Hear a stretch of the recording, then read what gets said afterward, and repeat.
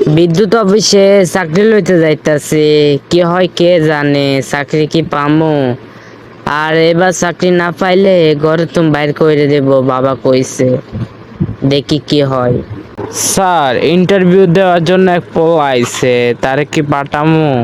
এই ইন্টারভিউ নিতে নিতে জীবনটা তেনা তেনা হইয়া গেল। পাটা কি কর্মার ইন্টারভিউ নিতেই হবে।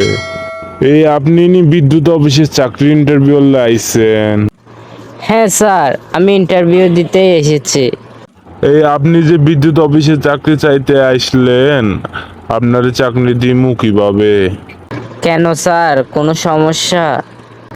তুমি যে এই চাকরি করতে চাও, এই চাকরি করতে গেলে তোমাকে আগে 50,000 টাকা ঘুষ দিতে হবে।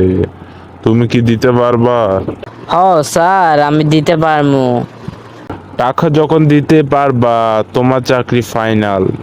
আর তোমার কাজ হইলো, মিটারে যদি 100 টাকা বিল উঠে, তুমি লিখবা 200 টাকা, বুঝছো?